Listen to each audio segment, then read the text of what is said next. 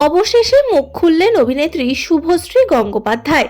Lionel মেসির সঙ্গে ছবি তোলার পর থেকেই তিনি সমাজ মাধ্যমে কটাক্ষের শিকার। পাশাপাশি স্ত্রীর পক্ষ নিয়ে পদক্ষেপ করেছেন পরিচালক তথা তৃণমূল বিধায়ক রাজ চক্রবর্তী। আইনের পথেও হেঁটেছেন তিনি।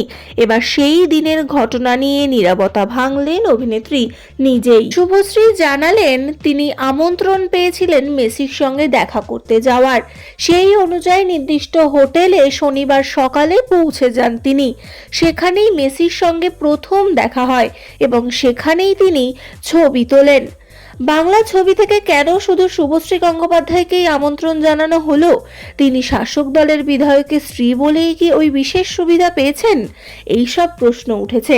সেই প্রশ্নের কথা অভিনেত্রী উল্লেখ করে বলেন, এই উত্তর ওদের পিআর টিম বেশি ভালো দিতে পারবে। সকাল 11:30টায় মাঠে এসে পৌঁছন মেসি। শুভশ্রী জানান তিনিও নিজের চোখে মাঠের পরিস্থিতি উত্তপ্ত হতে দেখেন। এর মধ্যেই শুভশ্রী প্রশ্ন তোলেন, আমি নিজেও মাঠের পাশে তাঁবুতে বসে মেসিকে দেখতে পাচ্ছিলাম না, আপনারাই বা কিভাবে দেখবেন? কিন্তু আমি কি মাঠে ছিলাম? আমি কি আপনাদের মাঝে বাধা হয়ে দাঁড়িয়েছিলাম?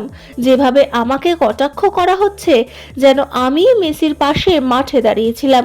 আমার কি দোষ? হোটেলে গিয়ে ছবি তোলা কি আমার দোষ?